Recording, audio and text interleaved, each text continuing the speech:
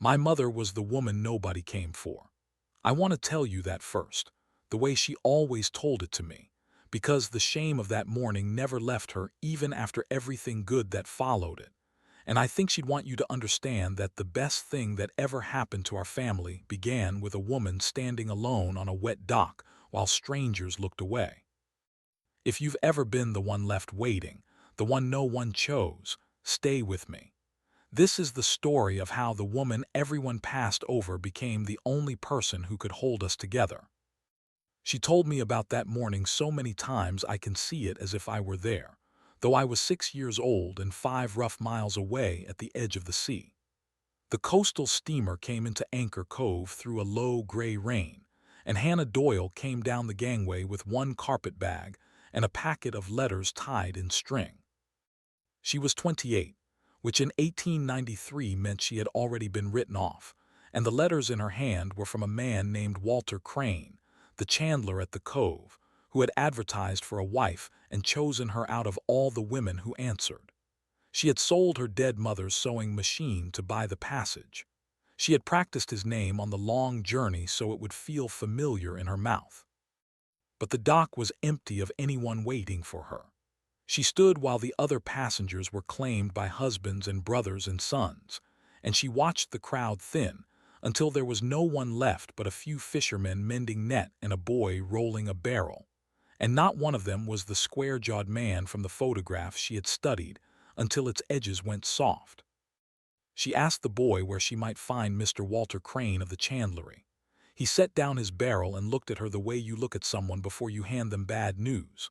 Walter Crane, he said, went out past the bar 3 weeks back to help bring in a foundered sloop, and the sea took him and two others, and they never found more than his coat. The chandlery was shuttered now. There was no one to tell, the boy said, because Crane had no family and nobody had known there was a bride coming. So she stood there with the rain coming through her good wool dress, a package no one had collected, 2,000 miles from a home that no longer existed. She had $4 and some coins. She had nowhere to go back to. It was a woman named Pearl Hutchins who saved her from standing there until she fell. Pearl ran the store above the harbor and had come down to collect a crate of thread, and she took one look and knew the whole story without being told. She got Hannah into the dry, put coffee in her, and let her cry where the fishermen couldn't make a spectacle of it. It wasn't your foolishness, Pearl told her. Crane should have had someone write you when he died. That's on him and the sea, not on you. When Hannah had stopped shaking, Pearl studied her with shrewd, kind eyes and said there might be one thing, though it was a hard thing and likely to come to nothing. Out at Cape Resolution there was a lighthouse, and a keeper named Samuel Vance, and his wife Margaret had died near 3 years back, and he'd been raising their little girl alone out on that rock ever since. He wouldn't take help. Half the women of the cove had offered to keep house for him, and he'd turned everyone away. The child, Pearl said, and her voice dropped, the child was strange now. Quiet, spoke more to the gulls than to people. It was a sorrowful business and nobody knew how to mend it. Hannah asked how a person got out to Cape Resolution. Pearl said she didn't think it was a good idea. Hannah said she was out of good ideas, and out of bad ones too, and she'd rather try and be turned away than sit in a charity bed waiting to be pitied. Pearl looked at her a long moment, then sighed and pressed a wrapped meat pie into her hands and told her which fisherman would carry her out on the afternoon tide. "You've got spine," Pearl said. "Don't let that man's grief talk you out of it." That is how my mother came to me. Not chosen, not wanted, not expected. She came because she had nowhere else in the world to go, and because a stranger in a store told her there was a child at the end of the sea who needed someone. The fisherman who carried her out was a man of few words, and the Cape, when it rose up out of the rain, was the loneliest thing she had ever seen. A white tower on black rock, a low keeper's house hunched against the wind, the whole world reduced to stone and water, and the long, mournful cry of the foghorn. She told me later she nearly asked the man to turn back. Then she thought of her $4, and she climbed out onto the wet landing and walked up the path to the house and knocked. My father opened the door, and the first thing he said to her was that he didn't want whatever she was selling. I remember him in those days the way you remember weather. He was tall and gone hard in the face, his dark hair too long, his hands rope-scarred, and there was a grief on him so heavy it had bent his shoulders. He started to shut the door, and my mother put her hand flat against it, surprising them both, and said her name was Hannah Doyle, and she had come to offer her work as a housekeeper. He said he didn't need a housekeeper and didn't care to be fixed by some woman off the boat, and he meant to close the door for good. But I had heard the knock. I was sick that week, though none of us knew yet how sick. I had gone down on the rocks against the rule to watch the boats, the way I always did, and I had torn my leg open on a barnacled stone and let the cut go bad rather than tell my father, because telling my father anything had become a thing I did not do. The fever had come up in me that morning. I came to the door on unsteady legs because a stranger's voice was a rare and wonderful thing, and I looked up at this rain-soaked woman and I asked her, in the blunt way of a lonely child, whether she was the new mother. My father told me to go back inside. The woman knelt down instead, right there on the threshold, so her eyes were level with mine, and she said she wasn't anyone's mother. She was only a woman who needed work and thought perhaps my father needed help. I told her I needed help. I showed her my leg. She went very still when she saw it. The cut had gone red and angry and hot, streaks of it climbing toward my knee, and my mother knew what those streaks meant even if my father in his exhaustion had not let himself see it. She looked up at him and asked, in a voice that had stopped being a beggar's voice and become something steadier, did he have clean linen, hot water, and whatever spirits were in the house? He said he wasn't letting a stranger touch his daughter. And I, who had not asked my father for a single thing in months, looked at him and said, "Papa, it hurts and please." Something in his face broke and gave way.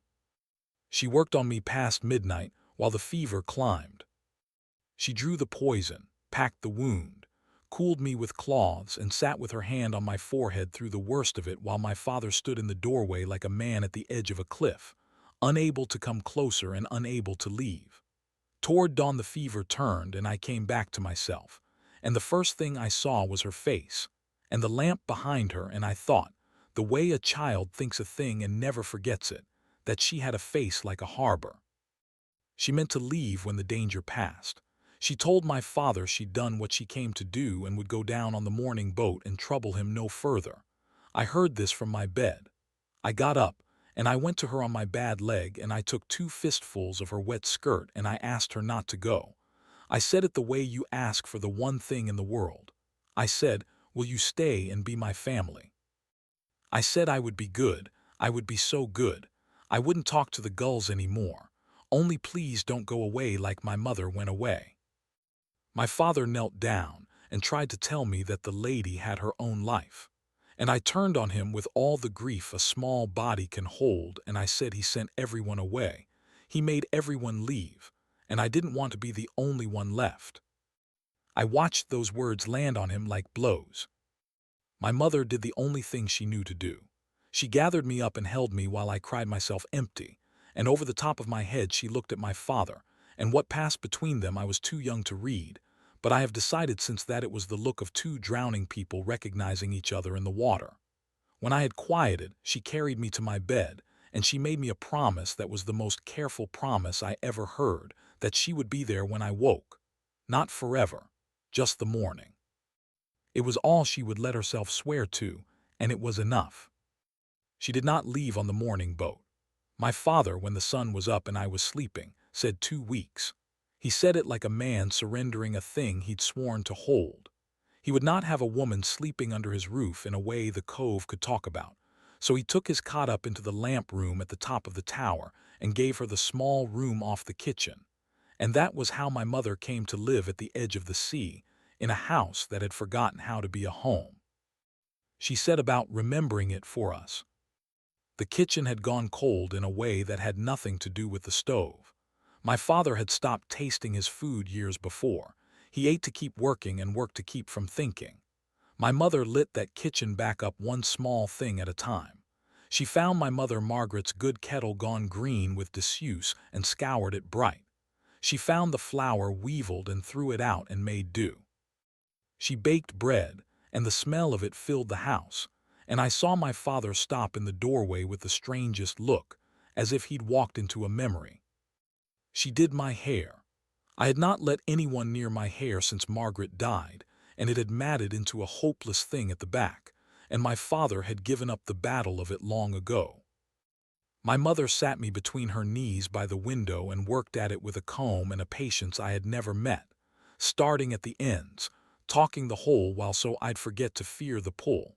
And when she was done, she braided it the way my own mother used to, though she could not have known that, and I cried, and she thought she'd hurt me, and I told her no, it only felt like being loved. And she learned the light. This was the thing that won my father, though it took him a long time to know it. The lamp had to be lit every night without fail, the wick trimmed, the brass kept clean, the great lens turning through the dark so that ships off the Cape would know the rock was there and live. It was sacred work, and my father did it alone like a penance. My mother asked to learn it, and he refused, and she asked again. And one foggy evening when he was bone-tired and a vessel's bell was sounding too close in the murk, he let her climb up and hand him the oil. And after that she climbed up most nights, and the lighting of the lamp became a thing the three of us did together. That was where my game lived. I had a ledger, a water-stained book of my mother Margaret's, and in it I wrote down every ship that passed the Cape, and because I could barely write I mostly drew them, and I gave each one a name and a story and a place it was bound. The fat steamer with the red stack was the Cordelia, and she carried nothing but birthday cake to a city made of glass. The little gray schooner was the Patience, and she was looking for a whale who owed her money. My father had always thought this game a foolishness and a danger. One more way I'd wander out to the rocks. My new mother thought it was the finest thing she'd ever heard. She'd climb to the lamp room and ask me which ships had passed and where they were bound, and she'd add her own. And my father, trimming the wick, would pretend not to listen, and then, one night, in a voice rusty from disuse, he named a ship himself. He called a passing bark the Margaret, and said she was bound for a harbor where it never rained. And then he went very quiet, and my mother put her hand on the rail near his and did not say anything at all, which was the right thing, and the lamp turned over the three of us, throwing our shadows out across the black water.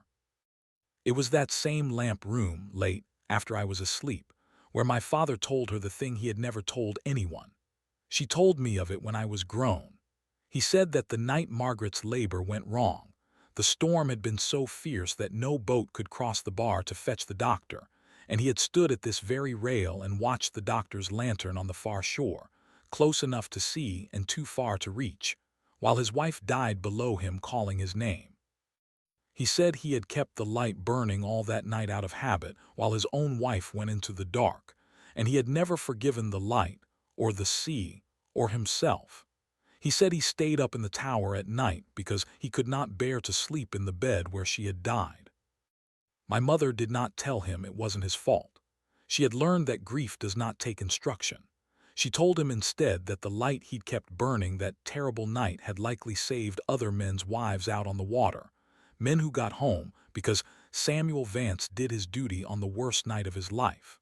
She said that was not the act of a man who failed. That was the act of a man whose love was so large it kept working even when his own heart had stopped. And my father, who had not wept in 3 years, put his face in his hands, and my mother kept the lamp turning so the ships would be safe while he did. That was the night, I think, that the arrangement quietly stopped being an arrangement. Neither of them would have said so, but the cold had gone out of the house, and I had 2 people again, and I had begun, without permission, to call her Mama. The trouble came from the city, dressed in good wool and certainty. His name was Edward Hale, and he was my mother Margaret's elder brother, a prosperous merchant in Portland with a watch chain and a way of looking at our house as if it were something the tide had left. He arrived on a hired launch one bright cold morning with a manservant to carry his bags, and he had not written ahead, and he had not been to the Cape since Margaret's funeral. He looked at the rock and the tower and at me in my mended dress, and he looked longest at Hannah, and his face closed like a ledger. He had heard, he said, that his sister's child was being raised on a sea rock by a broken man and a strange woman of no relation, and he had come to set it right. He meant to take me back to Portland to be raised properly, with schooling and a clean nursery and people of his sister's blood. He said it pleasantly, the way a man states a thing already decided. My father told him no, that I was his daughter and I was staying. And Edward Hale smiled and said we would see what the law thought of a motherless child raised by an unwed pair in a place a doctor couldn't even reach in a storm. That last word was a knife, and he knew where to put it. My father went white. Hannah stepped between them with my hand in hers and said, evenly, that I was fed and loved and tended, that the house was clean and the child was thriving, and that any honest man who looked would see it. Edward Hale looked at her then with open contempt and said he did not take instruction from women who arrived by mail order and washed up where they weren't wanted. He went away that day, but he came back through paper. A letter from a Portland lawyer arrived on the supply boat, all whereas and heretofore, threatening a petition to the court for my custody on grounds of an unfit and improper home. Pearl Hutchins, who brought it out herself, said Hale was a man people in the city listened to, and that a judge who didn't know our cape from a hole in the ground might well believe a rich uncle over a poor keeper, and that the unmarried business was the soft place Hale would push on hardest. It was my father who said the thing none of them had said. He said it to Hannah in the kitchen with his back to her. In the gruff way he said things that cost him. He said that if they were married lawfully, then I would have a mother in the eyes of the court and no judge could call the home improper, and Hale's best weapon would be gone. He said it would only be a paper thing. She would keep her room. Nothing need change but the words on a certificate, and she would be free to go when the trouble was past, with his thanks and her wages. My mother told me that her heart did two things at once when he said it, and that she answered the practical part because she did not trust the other part to speak. She said yes. She said if it would keep me, she would do it. They were married in the little chapel at the Cove by a minister who'd known Margaret, with Pearl and her husband for witnesses, and I stood in front with a ribbon in my braided hair, and I thought I would burst with the joy of it, because I did not understand the word convenience, and I knew only that the woman with the harbor face was going to stay. Edward Hale heard of the wedding and it did not stop him. It enraged him. He came back a third time, and this time he brought the papers and a county officer with the power to remove a child pending the court's decision, and he came on an afternoon when the glass was falling and the sky to the southwest had gone the color of a bruise. He stood in our kitchen and read out his rights in a cold, flat voice, and the officer looked unhappy and said the law was the law, and I was made to understand that I was to be taken away on the launch that very hour. I screamed. I remember screaming and clinging to my mother, and my father standing between me and the door with a look on him that frightened even me. And it was into the worst moment of all of it, that the storm broke. It came the way storms come on that coast, all at once and absolute. The wind hit the house like a fist, and the rain went sideways, and the foghorn began its automatic mourning. And out beyond the bar, faint and then not faint at all, there came the frantic ringing of a ship's bell and the crack of a distress rocket lighting the underbelly of the clouds. A vessel was on the rocks. My father did not think. He was up the tower stairs before the rocket's light had died, and the great lamp flared, and its beam swept out into the chaos and found her, a coastal steamer broadside to the reef, taking the seas across her deck, her people clinging to the rail. There was no time for the petition or the launch or any of it. There were only lives in the water and the work that had to be done, and that work needs more hands than one man has. I have never forgotten what happened then. Edward Hale, the merchant in his good wool with his papers in his pocket, took off his fine coat and went down to the landing in the wind with my father to haul on the breeches buoy line. My mother climbed to the lamp room and kept the light steady and true, turning, so the men on the wreck would know where the shore was and where it was not. The officer worked the rope. All that night the four of us who had been enemies in a kitchen worked as one body against the sea, and one by one, soaked and frozen and alive, the people of that steamer came across the line to the rock my father kept. By dawn the wind had fallen, and there were 11 strangers wrapped in our blankets and drinking my mother's broth on our kitchen floor, and not one soul had been lost. And Edward Hale sat among them with his hands raw from the rope and his certainty gone somewhere out to sea, looking at my father the way you look at a man you have badly misjudged. It was my mother who found the letter. In the days after the wreck, while the Cove came out to help with the salvage and the strangers were ferried home, she had been going through Margaret's things at last, the trunk my father had never been able to open, because she meant to make me a keepsake of my own mother before any court could carry me off. And folded into Margaret's Bible she found a letter, written in a failing hand, dated the week before I was born. It was addressed to Edward. My mother gave it to him unread, there in the kitchen, with my father beside her. And Edward Hale read his dead sister's words, and his face came apart. I have read that letter since. In it Margaret told her brother that she was afraid, that she knew the birth might go hard, and that if she did not live he was not to blame Samuel, not ever, because she had chosen the Cape and the keeper and the hard, beautiful life of it with her whole heart and would choose it again. She told him to come and know her child, not to take the child away. That the worst thing he could do with his grief was let it turn to blame and steal from a little girl the only home she had. She had known her brother, you see. She had known exactly what he would do. Edward Hale wept in our kitchen like a man 3 years overdue. He had blamed my father for Margaret's death since the funeral, blamed the Cape and the storm and the doctor who couldn't cross, and the only way he'd been able to carry it was to tell himself he could rescue what was left of her by taking me. The letter took his blame away and left him with nothing but the grief itself. And the grief, shared at last in that room, was something he could finally set down.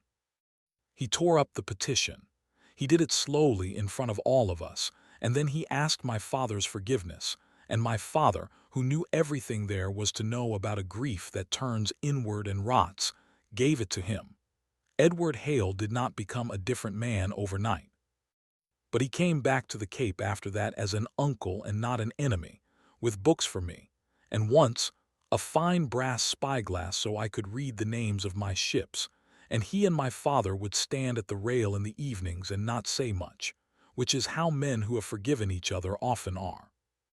I asked my mother once, when I was old enough to ask, whether she had ever truly meant the marriage to be only a paper thing.